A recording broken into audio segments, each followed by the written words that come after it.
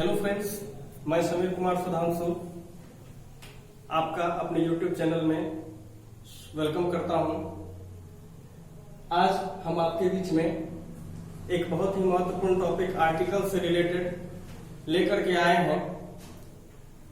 आज हम लोगों को आर्टिकल से संबंधित एक बहुत बड़ी समस्या जो कि आर्टिकल ए और एन से संबंधित है कि कहां पर हम आर्टिकल ए का प्रयोग करें और कहां पर हम आर्टिकल एन का प्रयोग करें, इससे जुड़ी हुई बातों को सीखने को मिलेगा। जैसा कि मैंने अपना टॉपिक ही आज चुना है कि difference between the usages of article a and an, कि आर्टिकल ए का प्रयोग हम कहां करते हैं और आर्टिकल एन का प्रयोग हम कहां करते हैं। तो अगर आप इस वीडियो को शुरू से लेकर अंत तक देखते हैं तो इस अवधारणा को आप बहुत ही सरलता से, स्पष्टता से और सटीकता से सीख सकते हैं। तो इस कंसेप्ट को समझने के लिए आप हमारे साथ इस वीडियो में शुरू से लेकर अंत तक बने रहिए और अंत में आपको पता चलेगा कि ये कोई मुश्किल नहीं है। बहुत आसानी से आप आर्टिकल ए और एन में क्या डिफरेंसेस हैं इसको पता कर पाएंगे। तो जैसा कि हम आपको लेके चलते हैं कि अपने टॉपिक की ओर, तो सबसे पहले चर्चा ये करना है कि भाई आर्टिकल्स कहते किसे हैं। तो जैसा कि आप जानते हैं कि ए, एन एवं द को आर्टिकल्स कहते हैं। अक्सर ए एन द का प्रयोग हम लोगों को पढ़ने के लिए मिलता है और जब भी ये हमारे बीच में आता है तो कुछ न कुछ कंफ्यूजन क्रिएट करता है। तो इसी कड़ी में आज मैं आपके सामने में पहला वीडियो आर्टिकल ए और एन से संबंधित लेकर के आया हूं। तो बहुत सारे स्टूडेंट्स को सबसे पहले ये कंफ्यूजन रहता है कि भाई आर्टिकल्स जो है वो कौन सा पार्ट्स ऑफ स्पीच है। तो मैं आपको बताना चाहता हूं कि आर्टिकल्स को मॉडर्न इंग्लिश ग्रामर में डिटर्मिनर्स के नाम से जाना जाता है और अगर बात की जाए पार्ट्स ऑफ स्पीच की तो ये हमारा डिमॉन्स्ट्रेटिव एडजेक्टिव होता है। अब है कि भाई आर्टिकल्स ए एंड द काम क्या करता है, तो इसके फंक्शन में हम ये पढ़ेंगे कि ये किसी नाउन के पहले आकर उस नाउन को डिफिनिट या इनडिफिनिट बनाते हैं। यानी कि आर्टिकल का प्रयोग किसी नाउन के पहले होता है और वह उसके पहले आकर के उस नाउन को या तो डिफिनिट बनाते हैं या इनडिफिनिट बनाते हैं। अब है कि फंक्शन के आधार पर हम इसको दो भाग में बांट देते हैं, जिसे आप आर्टिकल्स के काइंड्स के नाम से जानते हैं। तो वो दो भाग कौन सा होगा, तो आर्टिकल ए एन और द को दो भाग में बांटते हैं। तो ए एन को हम लोग इंडिफिनिट आर्टिकल्स कहते हैं और द को हम लोग डिफिनिट आर्टिकल्स कहते हैं। आप पूछ सकते हैं, आपके मन में ऐसा सवाल उठता होगा कि भाई इंडिफिनिट आर्टिकल्स इसको हम क्यों कहते हैं। तो बड़ा ही आसान सवाल का हल है कि चूंकि इसका प्रयोग हम अनिश्चित व्यक्ति, वस्तु, स्थान के लिए करते हैं, इसीलिए हम इसे इंडिफिनिट आर्टिकल्स कहते हैं। और द को हम डिफिनिट आर्टिकल्स इसलिए कहते हैं कि इसका प्रयोग हम निश्चित व्यक्ति, वस्तु या स्थान के लिए करते हैं, जैसा कि आप यहाँ देख पा रहे हैं। अब है कि भाई आर्टिकल ए या एन हमारा अर्थ क्या देता है। तो आर्टिकल ए या एन हिंदी के एक या कोई का अर्थ देता है। यानी कि ये अगर किसी नाउन के पहले आया हुआ है तो ये हमारा एक या कोई का अर्थ देगा। अब है कि हम कहां पे ए का प्रयोग करते हैं और कहां पर हम एन का प्रयोग करते हैं। तो चलिए इसके यूजेज में हम आपको लेके चलते हैं। तो यूजेज ऑफ आर्टिकल ए और एन की जब बात आती है तो ए एन का प्रयोग सबसे पहले आप याद रखेंगे कि सिंगुलर काउंटेबल नाउन के पहले ही होता है। ए एन का प्रयोग आपका सिंगुलर काउंटेबल नाउन के पहले होता है। यानी कि काउंटेबल नाउन दो प्रकार के होते हैं, एक सिंगुलर काउंटेबल नाउन होते हैं, दूसरा प्लूरल काउंटेबल नाउन होते हैं। तो सिंगुलर काउंटेबल नाउन के पहले आपको ए एन का इस्तेमाल करना होता है। अब सवाल उठता है कि सिंगुलर काउंटेबल नाउन के पहले ए भी आ सकता है और एन भी आ सकता है, तो कहां पर हम ए लेंगे और कहां पर हम एन लेंगे। बहुत सारे स्टूडेंट्स को इसके बारे में कंफ्यूजन रहता है, वो इस अवधारणा को समझ नहीं पाते हैं। उसकी वजह है कि वो गलत इंफॉर्मेशन को अपने अंदर में बनाए रखते हैं, मिसकंसेप्शन रहता है। और वो मिसकंसेप्शन क्या है मैं आपको बताता हूं। तो मिसकंसेप्शन ये है कि यदि वर्ड का पहला लेटर वोवेल हो तो हमें आर्टिकल एन का प्रयोग करना चाहिए, और यदि कंसोनेंट हो तो हमें ए का प्रयोग करना चाहिए, जैसा कि आप यहां पे देख पा रहे हैं।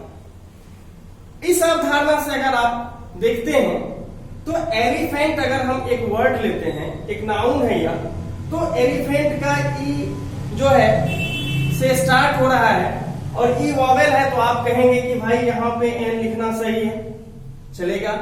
फिर आप ऑवेल लेते हैं तो ऑवेल में जो है आपका ओ जो है वो वॉवेल से स्टार्ट है, तो फिर आप कहेंगे कि ये वॉवेल से स्टार्ट हुआ इसीलिए हम एन ले रहे हैं, चलेगा। फिर हम एक वर्ड बुक लेते हैं तो आप देखिए कि बुक का पहला लेटर कंसोनेंट है, तो आप कहेंगे कि कंसोनेंट था तो मैंने ए लिया, ठीक है। अगर इसी अवधारणा पे हम आगे बढ़ते हैं तो मैं एक वर्ड आपके सामने में यूनिट लेता हूं। अब आप हमको बताओ कि यूनिट का यू जो है वो वॉवेल से स्टार्ट हो रहा है, तो हमें इसके पहले एन लेना चाहिए। तो क्या हम एन लेते हैं? तो आप कहेंगे नहीं लेते हैं, तो फिर आपका रूल वहां पे काम कहां करता है? तो आप देखते हैं कि एन लेने के पश्चात वहां पे गलती हो जाती है।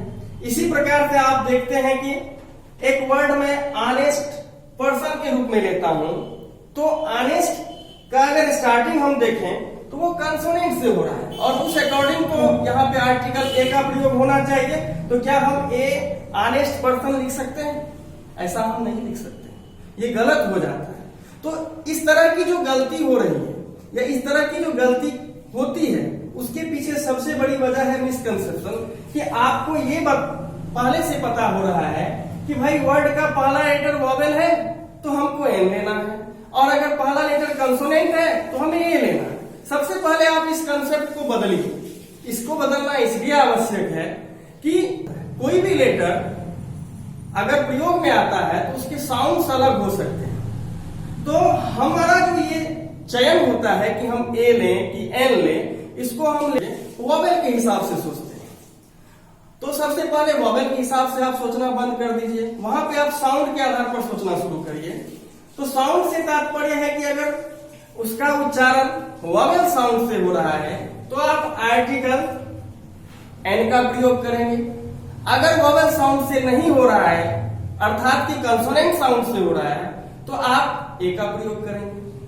अब है कि मान के चलिए बहुत सारे बच्चों में, बहुत सारे लोगों में ये वॉवेल साउंड, ये कंसोनेंट साउंड से कंफ्यूजन क्रिएट होने लगता है। तो मैं कहता हूं कोई कंफ्यूजन की बात नहीं, आप इसका आसान सा एक हल निकाल सकते हैं। वो हल आपके बीच में मैं रखने जा रहा हूं कि वॉवेल से शुरू हो, कंसोनेंट से शुरू हो, ये हमारे लिए मैटर नहीं करता है। आपको ये सोचना ही नहीं चाहिए कि किस वर्ड की स्टार्टिंग वॉवेल से हो रही है या कंसोनेंट से हो रही है। आप ये देखो कि अगर उस वर्ड का उच्चारण हिंदी के स्वर वर्ण अ, आ, ह्रस्व ई, दीर्घ ई, ह्रस्व उ, दीर्घ उ, ए, ओ, औ, अं, आ से हो तो एन का प्रयोग करें, अन्यथा ए का प्रयोग करें। यानी कि कोई भी जो इंग्लिश वर्ड हम लेते हैं अगर उसका उच्चारण इन हिंदी वर्णों से हो रहा है तो उसके पहले आप एन का प्रयोग करिए, और अगर नहीं हो रहा है तो उसके पहले आप ए का प्रयोग करिए।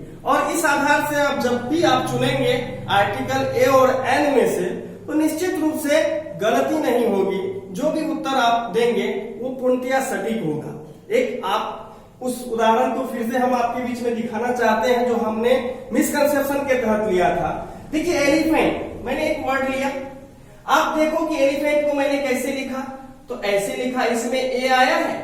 ये जो ए है आपका, ये हिंदी का उस स्वर्ण वर्ण है जो हमने ऊपर में लिखा है उसमें से आया है, तो हम यहाँ पे ए को देखेंगे और यहाँ पे एन का इस्तेमाल करेंगे, सही है। इसी तरह से ऑल का अगर हम देखें तो भाई हिंदी में हम ऑल कैसे लिखते हैं, तो आ से लिखते हैं। तो देखिए कि ऊपर में जो स्वर वर्ण लिखा हुआ है उसमें आ रहा है, तो आ रहा है, तो आप एन ले लो। अब देखो कि यूनिट की स्टार्टिंग अगर आप देख रहे हैं तो यूनिट का स्टार्टिंग एक वॉवेल से हुआ है, लेकिन जब हम उसके हिंदी उच्चारण पे जाते हैं तो यद्रु का नवर्सी का टॉनिक लिखा हुआ है, यानी कि इसकी स्टार्टिंग य से हो रही है। परिणाम स्वरूप हम इसके पहले एन का प्रयोग ना करके ए का प्रयोग करेंगे, क्योंकि य हमारे ऊपर लिखिए जितने भी स्वर वर्ण हैं उसमें आ रहा है क्या, तो आप देखेंगे कि नहीं आ रहा है। तो इस प्रकार हमारा एन यूनिट लिखना गलत हो जाता है। सही क्या होता है, तो अ यूनिट। ऑनेस्ट पर्सन आपका वहां गलत हो गया था। उसकी वजह थी कि ये स्टार्ट जरूर एच से हो रहा है, लेकिन जब भी हम इसको हिंदी में लिखते हैं तो ऑनेस्ट लिखते हैं। क्या लिखते हैं? ऑनेस्ट। यानी कि इसका स्टार्टिंग किससे हो रहा है? इसका साउंड जो है वो आ बन रहा है, जो आपको इस ऊपर लिखित जितने भी स्वर वर्ड्स हैं उसमें से वो आ रहा है। तो ऑनेस्ट यहाँ पे हम लिखवा रहे हैं, जरूर स्टार्टिंग इसकी कंसोनेंट से हुई है, लेकिन प्रोनाउंसिएशन इसका हम आ से कर रहे हैं, परिणाम स्वरूप इसके पहले हम एन देते हैं। तो आपने क्या सीखा कि किसी भी वर्ड के पहले आर्टिकल ए या एन का प्रयोग करने से पहले हम वोवेल कंसोनेंट के चक्कर में नहीं पड़ेंगे। हमको वोवेल कंसोनेंट के आधार से उसको नहीं सोचना चाहिए, बल्कि हमको उसके साउंड के अकॉर्डिंग सोचना चाहिए। अगर यहां भी दिक्कत हो रही है तो आप बिल्कुल ही यह मान लीजिए कि अगर उस वर्ड का उच्चारण यहां लिखित जितने भी स्वर वर्ण हैं इनसे हो रहा है तो उसके पहले आप एन लो, और अगर इनसे नहीं हो रहा है तो उसके पहले आप ए लो। तो इस प्रकार आप आर्टिकल ए और एन को बड़ी आसानी से डिफाइन कर सकते हैं, चुन सकते हैं, और आपके पास में गलती होने की संभावना ना के बराबर रहती है। आइए इस कड़ी में हम आपको कुछ और चीज को दिखाने का प्रयास करते हैं। चूंकि हम लोग कॉम्पिटिटिव इंग्लिश को पढ़ाते हैं और कॉम्पिटिटिव इंग्लिश में कॉमन एरर एक मैटर होता है जिसमें आर्टिकल्स का बहुत बड़ा रोल है। बहुत सारे सवाल आर्टिकल्स से जुड़े हुए आते हैं जिसमें ए और एन का भी जो है बहुत अहम योगदान है। तो एक दो एग्जांपल से हम इसको समझने का प्रयास करेंगे, कॉमन एरर में ढूंढने का प्रयास करेंगे कि भाई इसमें ए होना चाहिए था कि एन होना चाहिए था, क्या ये वाक्य सही। जैसे मैं एक एग्जांपल लेता हूं कि I have an unique plan, और लास्ट में आप देख पा रहे हैं कि नो एरर लिखा हुआ है। देखिए 3 खंड है, इसमें 4 खंड किए हुए हैं। एक आई हैव है, दूसरा एन है, तीसरा यूनिक प्लान है, चौथा नो एरर है। तो आप ये चेक करो कि भाई यूनिक के पहले जो है एन आया है, तो इसकी स्टार्टिंग तो वोवेल से हो रही है। अगर उस अकॉर्डिंग हम इसको सोचते हैं तो ये सही है, नो एरर आंसर होना चाहिए, लेकिन ऐसा नहीं। आप यूनिक को लिखते कैसे हैं? तो आप यूनिक को ऐसे लिखते हैं। आप फिर एक बार देखो कि यहाँ पे यो का इस्तेमाल हुआ है, तो ऊपर लिखिए जितने भी स्वर वर्ण थे उसमें यो आता है क्या? यो नहीं आता है। तो क्या हम यहाँ पे एन लेंगे या ए लेंगे? तो आप अपने ही समझ जाएंगे कि यहाँ पे हमको एन नहीं लेना चाहिए था बल्कि ए लेना चाहिए था। तो यहाँ पे हमारा यही गलत हो रहा है। फिर अगले वाक्य में इसको समझने का प्रयास करते हैं। जैसे अगला सेंटेंस है कि mister Singh is a honourable person. फिर आप देखिए कि यहाँ पे ए हमारा आर्टिकल आ रहा है, तो एक बार चेक करना जरूरी है भाई कि ये जो ए आ रहा है ये हमारा सही है या गलत है। तो चलिए हम इसको चेक करते हैं कि ऑनरेबल इसको लिखते कैसे हम भाई? तो ऑनरेबल। तो ये देख लीजिए कि आ से स्टार्ट हो रहा है और आ आपके उस सारे शॉर्ट वर्ड में आ रहा है।